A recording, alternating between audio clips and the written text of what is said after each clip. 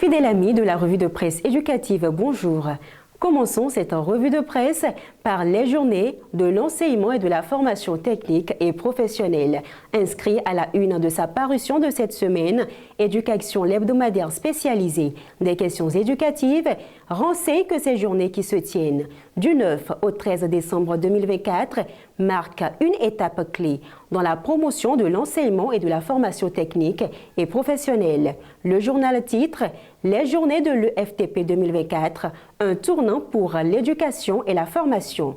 Pour le quotidien, le matinal, la deuxième journée de cet événement a été marquée au lycée technique agricole KDK de Parakou par l'exposition de plusieurs projets innovants des élèves, notamment l'élevage de mouches soldats noirs et d'olacaudes. JEFTP 2024 au Bénin, une deuxième journée sous le signe de l'engagement des lycéens KDK, titre le quotidien d'information générale, le matinal. À Parakou toujours, le Centre des œuvres universitaires et sociales a relancé son service de restauration pour l'année académique 2024-2025. Éducation informe à cet effet que le service de restauration va fonctionner sur une période de 7 mois, offrant des repas à tarifs subventionnés à 150 francs CFA pour le déjeuner ou le dîner et 75 francs CFA pour le petit déjeuner. L'Œil du Bénin fait savoir pour sa part que des travaux importants ont été réalisés dans la cuisine et le réfectoire pour améliorer les conditions de travail des agents.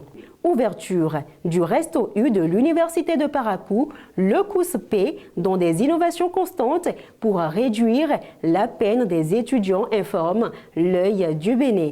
Une note culturelle dans cette revue de presse avec le programme du Vodou Days 2025 déjà rendu officiel. Éducation souligne que pour ces festivités à connotation culturelle et culturelle au Bénin qui vont se dérouler du 9 au 11 janvier 2025 suscite le grand intérêt de plus d'un avec déjà 120 demandes d'accréditation enregistrées en moins de 5 heures, à peine l'ouverture des inscriptions annoncées.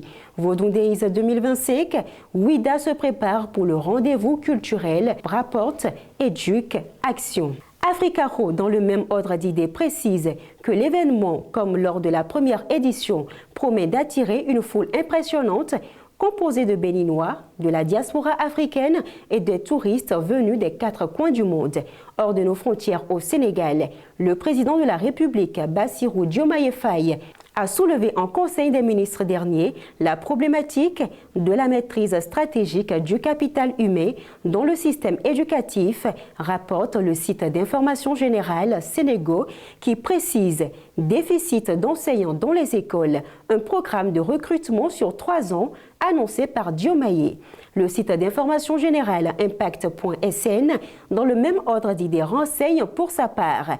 Le président Diomaye Faye annonce un programme spécial de recrutement d'enseignants sur 3 ans. C'est la fin de cette revue de presse éducative. Merci de l'avoir suivi. À vendredi prochain.